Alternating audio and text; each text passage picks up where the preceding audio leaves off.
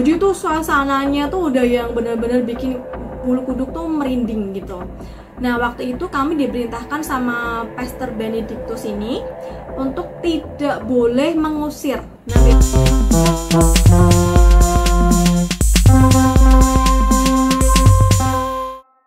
Hello everyone, welcome back to my channelnya Stephanie Eki.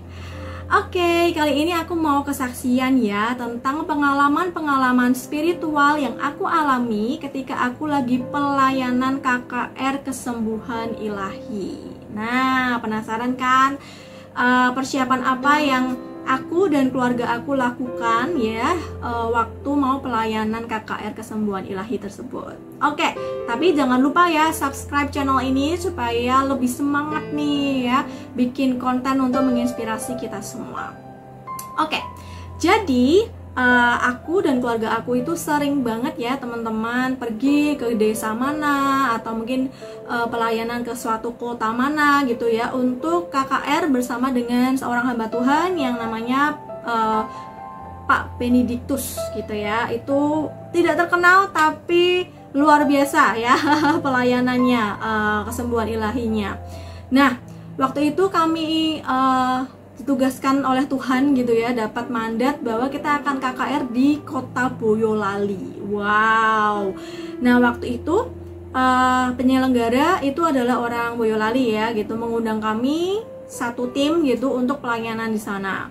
Nah, teman-teman, itu pelayanan yang sangat-sangat menegangkan ya. Jadi sebelum kita pelayanan sudah pasti kita harus berpuasa. Nah, berpuasa, doa, baca Alkitab gitu ya supaya kita kuat gitu.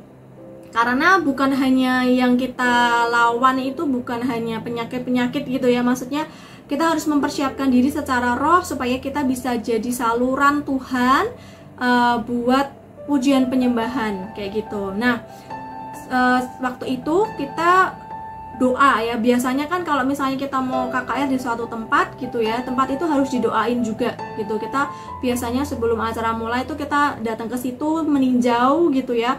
Kalau secara teman-teman pendoa gitu ya, mereka tuh kayak memetakan apa nih daerah ini mana gitu ya.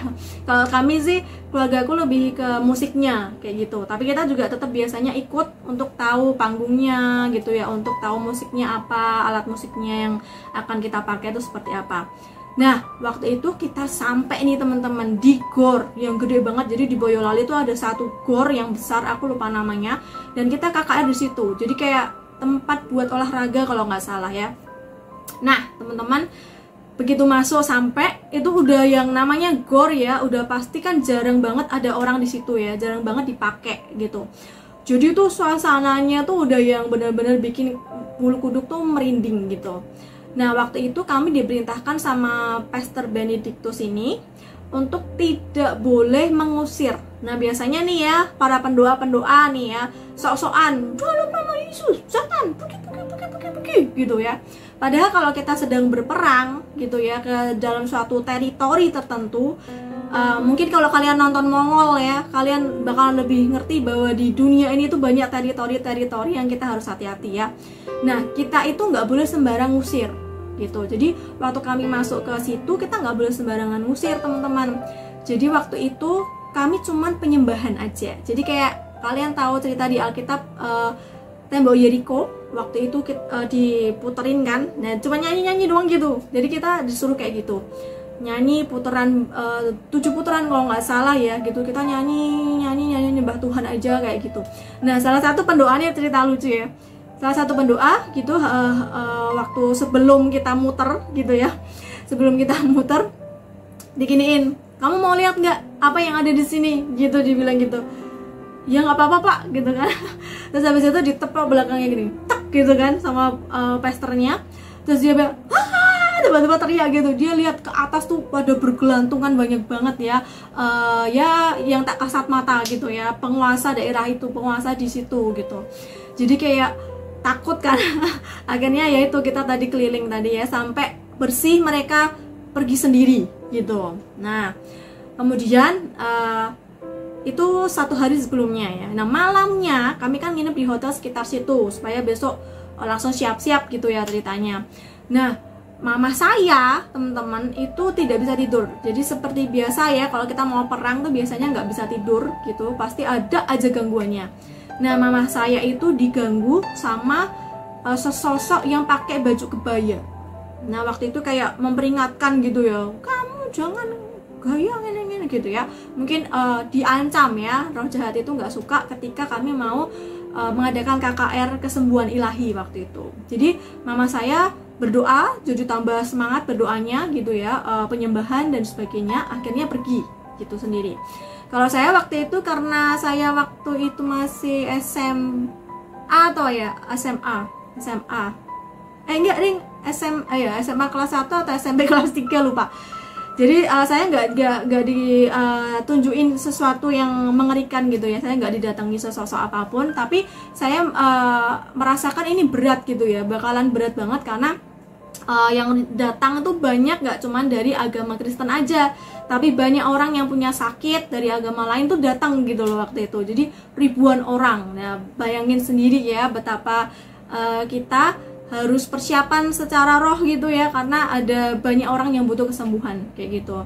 Nah, besoknya teman-teman ini ya, itu keajaiban terjadi ya, ketika kami menyanyikan lagu.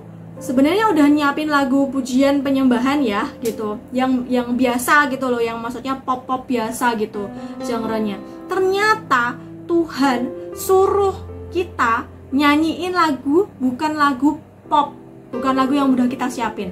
Kita suruh nyanyiin lagu dangdut. Dangdutnya nggak cuma dangdut doang, dangdut koplo. Nah, untuk pemusik kita udah satu hati. Nah, ini pentingnya ya teman-teman. Ketika kalian mau KKR di mana, pergi kemana, itu harus satu tim, itu harus satu hati ya, nggak boleh comot pemain A, B, C. Kalau bisa ya, sebisa mungkin kalian tuh udah satu tim fix, itu aja. Karena begitu lagu diubah, udah tahu flow-nya kemana gitu. Jadi satu keluarga, satu kesatuan gitu. WL-nya mau kemana, musiknya mau kemana, itu tahu teman-teman. Nah, waktu musiknya diganti dangdut koplo semua orang di gor itu ya, ribuan orang, bayangin, itu menari memuji Tuhan kayak nggak sakit, padahal mereka tuh sakit, datang ke situ pakai kursi roda, ditonton, terus ada yang sakit-sakitan lah pokoknya gitu datang. Nah, kita nyanyi lagu apa tuh namanya, Yesus kekasih jiwaku gitu ya, atau apa ya, sayang ini sayang, pokoknya full dangdut gitu sampai 1 jam, baru habis itu khotbah kan. Nah, setelah khotbah biasanya itu kan altar call, siapa yang punya sakit bla bla bla maju didoain gitu kan. Nah, saya tuh lihat sekeluarga, nggak cuman saya, dia pasti orang di situ. Ada orang ya teman-teman, itu gondongan butek banget, maju ke depan mimbar, itu kempes, penyakit tuh kempes, bayangin ya, itu luar biasa loh Tuhan. Terus kemudian nggak cuman itu, ada bapak-bapak pakai kursi roda, begitu didoain teman-teman bisa berdiri. Kita tuh nggak kenal loh sama mereka tuh nggak kenal, bisa berdiri jalan, terus siapa yang nyembuhin, Yesus gitu, sampai kayak gitu. Terus kemudian ada juga yang mungkin tangannya kayaknya ya, kalau nggak salah tangannya nggak bisa digerakin, terus tiba-tiba gerak loncat gitu. Wah, luar biasa. Jadi saya teman mau bilang di sini bahwa ketika kita itu KKR, mempersiapkan suatu hal gitu ya teman-teman, itu bukan cuman pendetanya aja yang siap-siap. Jadi kalian, para imam musik, para penyembah, pemuji, pendoa, itu juga harus mendukung ya teman-teman gitu. Waktu itu kita punya tim, kalau dibilang kita Kopassus ya. Jadi pastornya kita misalnya tadi itu Bapak Rohaniku juga ya, Pastor Benedictus itu bisanya bilang puasa sebulan. Nah, kita semua puasa sebulan.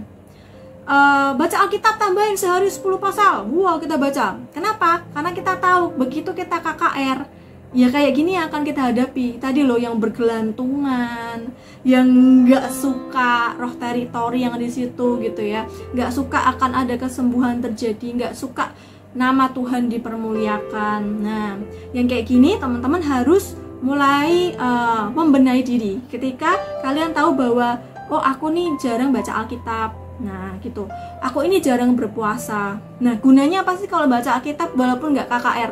Kenapa? Karena suatu saat Tuhan ngutus kamu, rohmu itu udah siap. suatu saat Tuhan nyuruh kamu pergi ke tempat A, B, C, rohmu udah siap. Jadi kamu nggak perlu kelabaan ya. Kayak ada tamu gitu loh. Misalnya kita kan setiap hari bersihin rumah kita nih. Jadi kalau pas kita bersihin rumah kita setiap hari kan, kalau ada tamu kita nggak takut ya kalau tamunya datangnya kapan aja. Yang penting kan rumahku bersih gitu. Nah sama ketika kita baca Alkitab, puasa gitu ya. Puasa tuh gunanya apa sih teman-teman? Satu, persiapan pelayanan. Persiapan pelayanan tuh maksudnya apa? Ya biar nggak emosian misalnya. Jadi daging kita nih disalibkan gitu ya. Terus menjaga emosi, menjaga tutur kata misalnya. Terus kemudian sebagai perlindungan gitu loh. Jadi kalau jangan salah, ketika kita KKR atau pelayanan di tempat teritori lain, kalau kita nggak siap, kita nggak bilang Tuhan proteksi keluargaku yang ada di rumah, keluargaku yang ada dimanapun, misalnya kita nggak melakukan itu, bisa aja si jahat ini yang nggak suka sama kita nyerang orang lain gitu loh, nyerang keluarga kita yang mungkin di rumah kayak gitu. Nah tujuannya puasa, doa itu proteksi gitu teman-teman ya, karena kalian tahu ketika kalian sudah memutuskan untuk naik mimbar, musuh kalian itu bukan lagi yang terlihat ya, musuh kalian itu yang tidak terlihat ini loh ya, roh-roh jahat yang nggak suka sama kalian gitu. Nah makanya sebagai imam musik, sebagai pelayan Tuhan harus tetap doa, puasa, baca Alkitab, itu pasti gitu ya. Oke, semangat teman-teman ya, tetap andalkan Tuhan, jangan tinggalkan urapan Tuhan dari hidupmu.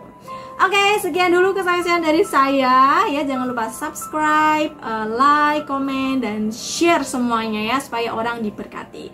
Terima kasih, Tuhan memberkati. See you in the next video. Bye-bye.